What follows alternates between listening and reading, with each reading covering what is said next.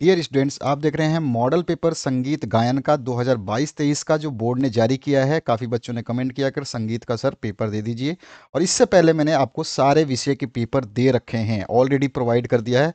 और यूट्यूब पे मात्र एक यही चैनल है जिस पे सारे के सारे मॉडल पेपर्स को कंप्लीट सॉल्यूशन के साथ में अवेलेबल करा दिया गया है। उसके अलावा आपके आईएमपी क्वेश्चंस और वायरल पेपर्स जो चल रहे हैं उनको थोड़ा सा आप ज़रूर देखें, क्योंकि वो बहुत ज़्यादा आपके लिए महत्वपूर्ण भी रहने वाले हैं। चलिए आगे बढ़ते हैं इस क्वेश्चंस के सॉल्यूशन की तरफ। यहाँ पे खंड अ जो है, आपको पता ही है कि 20 प्रश्न जो है आपके एमसीक्यू रहेंगे। तो खंड अ की बात करते हैं। पहला जो प्रश्न पूछा गया है, राग भैरवी किस थाट का राग है। आप लोगों को खुद पहले सोचना है कि आंसर क्या होगा। मैं आंसर तो आपको बताऊंगा ही, लेकिन आपको खुद भी अंदाज़ा लगाना है, क्योंकि यहाँ पे आपको अंदाज़ा लगाने से नंबर नहीं कटेंगे, ना ही आपको कोई डांटने वाला है। तो कम से कम इतनी तो तैयारी आपकी हो चुकी होगी जो आप इसका अंदाज़ा लगा सके कि इसमें क्या राइट आंसर होने वाला है। तो राग भैरवी किस थाट का राग है। यंग जनरेशन की यही बात मुझे बहुत पसंद है, हिम्मत बहुत होती है। तो राग भैरवी जो है ये भैरवी थाट का राग है, तो यहाँ पे का ऑप्शन इसका करेक्ट हो जाएगा।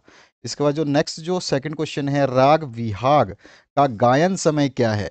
तो राग विहाग का गायन समय जो है वो रात्रि में माना जाता है, और रात्रि में प्रथम पहर माना जाता है। ठीक है, तो यहाँ पे घ ऑप्शन इसका करेक्ट होता है। तीसरा जो प्रश्न है इसमें पूछा गया, राग काफी का वादी स्वर क्या है। राग काफी का वादी स्वर आपको बताना है। तो इसका वादी स्वर कौन सा होता है, तो इसका वादी स्वर जो होता है राग काफी का वो होता है प। तो यहाँ पे ख ऑप्शन इसका करेक्ट होता है। और जितने भी आपको मॉडल पेपर देखने हैं वो सारे के सारे अवेलेबल हैं, ए टू जेड हर चीज़ अवेलेबल करा दी गई है। आप बस परीक्षा से आपने जितनी भी तैयारी कर रखी है उससे पहले इन सभी पेपर्स को जरूर देख लेना, ये आपके लिए एकदम राम बाण का काम करने वाले हैं। तो यहाँ पे चौथे क्वेश्चन की तरफ बढ़ते हैं। और आपको अगर प्लेलिस्ट नहीं मिलती, कोई वीडियो नहीं मिलता, तो उसको लिए घबराने की जरूरत नहीं है। कमेंट सेक्शन खुला हुआ है, कमेंट सेक्शन कर सकते हैं, आप कमेंट कर दीजिए। या फिर आप सिंपली इस वीडियो को, जैसे ये वीडियो खत्म होगा तो यहीं पर बीच में आपको एक स्क्रीन पर प्लेलिस्ट दिखाई देगी जो आपके लिए ही बनाई गई है। उसको टच करिए, उसमें सारे विषय मिल जाएंगे, आपको हर चीज़ मिल जाएगी उसमें जिसकी आपको आवश्यकता है। तो यहाँ पर नेक्स्ट जो क्वेश्चन है 4 नंबर, इसमें पूछा क्या गया है आपसे, राग बागेश्वरी किस जाति का राग है। तो राग बागेश्वरी जो है ये किस जाति का राग है। तो ये जो राग है ये है साडव संपूर्ण जाति का राग। तो यहाँ पे ख ऑप्शन इसका करेक्ट हो जाता है। इसके बाद जो नेक्स्ट पांचवा प्रश्न है उसकी बात करते हैं। राग देश के आरोह में कौन कौन से स्वर वर्जित हैं। कौन कौन से स्वर वर्जित हैं, राग देश के आरोह में बात कर रहा है। तो आरोह में जो स्वर वर्जित है वो है रे और म। ठीक है, तो यहाँ पर जो है आपका घ ऑप्शन इसमें करेक्ट हो जाता है। नेक्स्ट जो पार्ट है, राग भैरवी और काफी में कितने स्वर वर्जित हैं। तो ये बोल रहा है कि राग भैरवी और काफी में कितने स्वर वर्जित हैं। तो इसमें आपका क्या आंसर हो जाएगा, इसमें आपके जो स्वर वर्जित हैं वो कितने हैं। तो यहाँ पे आ जाएगा कोई नहीं, का ऑप्शन इसमें करेक्ट हो जाएगा। इसके बाद जो सातवां प्रश्न है इसमें पूछा गया, राग विहाग के वादी संवादी स्वर कौन कौन से हैं। राग विहाग के वादी संवादी स्वर कौन कौन से हैं। तो क्या आंसर होगा इसका, तो इसके जो है वादी संवादी स्वर जो हैं वो है ग और नी, यानी कि का ऑप्शन आपका करेक्ट हो जाता है।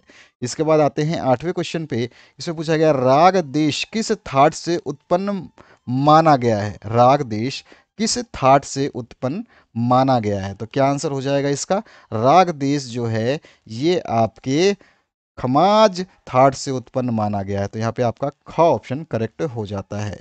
नवे प्रश्न की बात करें तो यहाँ पे राग बागेश्वरी का गायन समय क्या है। तो यहाँ पे पूछा क्या गया है, ध्यान से देखिए, राग बागेश्वरी का पूछ रहा है, इसका गायन समय कौन सा है।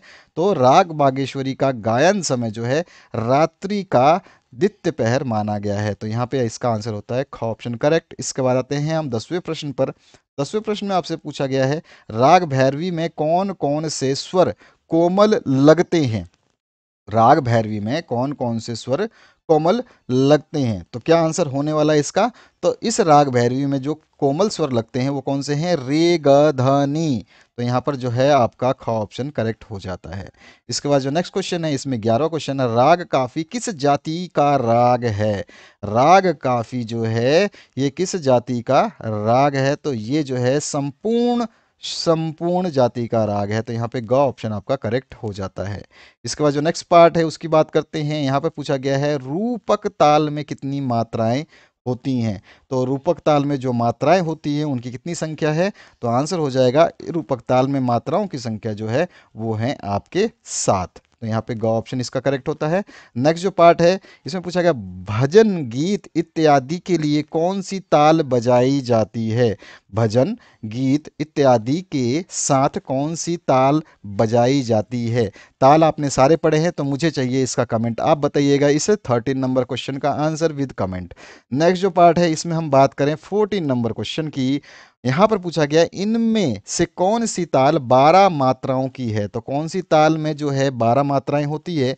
तो क्या आंसर हो जाएगा आपका, आपका जो ताल होता है वो एक ताल जिसमें 12 मात्राएं होती हैं। तो यहाँ पर जो है आपका का ऑप्शन करेक्ट हो जाएगा। इसके बाद जो नेक्स्ट पार्ट है इसमें पूछा गया आपसे झप ताल में कितने विभाग होते हैं। झप ताल में कितने विभाग होते हैं। तो क्या आंसर होगा इसका, छप ताल में जो टोटल विभाग होते हैं वो होते हैं इसमें 4। तो यहाँ पे ख ऑप्शन आपका करेक्ट होता है। नेक्स्ट जो पार्ट है इसमें पूछा गया तीन ताल में कितनी मात्राएं होती हैं।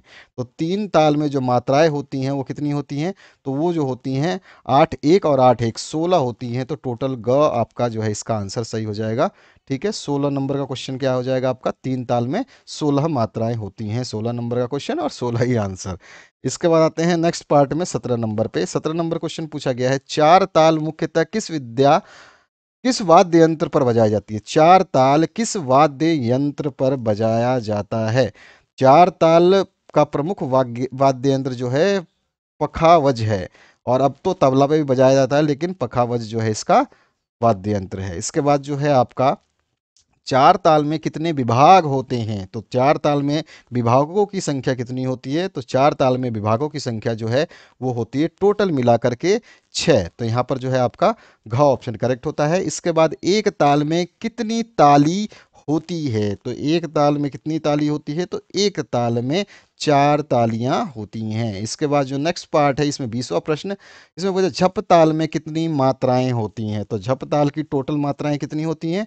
तो झप ताल की टोटल मात्राएं जो हैं हमें बतानी है। तो कितनी मात्राएं होती हैं, इसमें होती हैं आपके 10 मात्राएं। तो इस तरह से आपका 20 प्रश्नों के एमसीक्यू देखे। अब ये आपके यहाँ पे आ जाते हैं नाद किसे कहते हैं।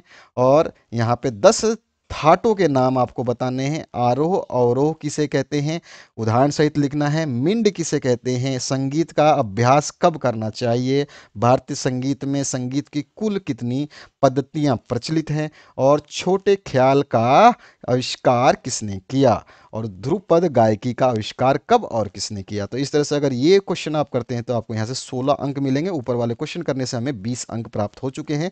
इस तरह से आपका जो नेक्स्ट पार्ट है इसमें आपके 24 अंक प्राप्त होंगे, जहां पर आपको 6 प्रश्न करने होंगे। किन्हीं 6 प्रश्नों के उत्तर यहाँ पर निर्देश दिया गया है, किन्हीं 6 प्रश्नों के उत्तर देने हैं। प्रत्येक प्रश्न जो है 4 अंक रहेगा। तो यहाँ पे आपके सामने यहाँ पर 8 प्रश्न दिए गए हैं। 8 में से कोई भी आपको जो बेहतरीन लगता है, जिसको आप अच्छे तरीके से कर सकते हैं, वो 6 प्रश्न करेंगे। इसके बाद जो दीर्घ उत्तरीय प्रश्न है, किसी एक प्रश्न का उत्तर आपको देना है। यहाँ पे 4 प्रश्न हैं और आपको 10 अंक मिलेगा केवल एक प्रश्न करने से। तो बहुत ही अच्छा पैटर्न है और प्लेलिस्ट आपके सामने आ गई है, इसको आप जरूर चेक करें। इसमें सब कुछ आपको मिल जाएगा। आशा करता हूँ कि आपने प्लेलिस्ट जा करके सब कुछ विजिट कर लिया होगा और देख भी लिया होगा। Thank you very much, have a good day.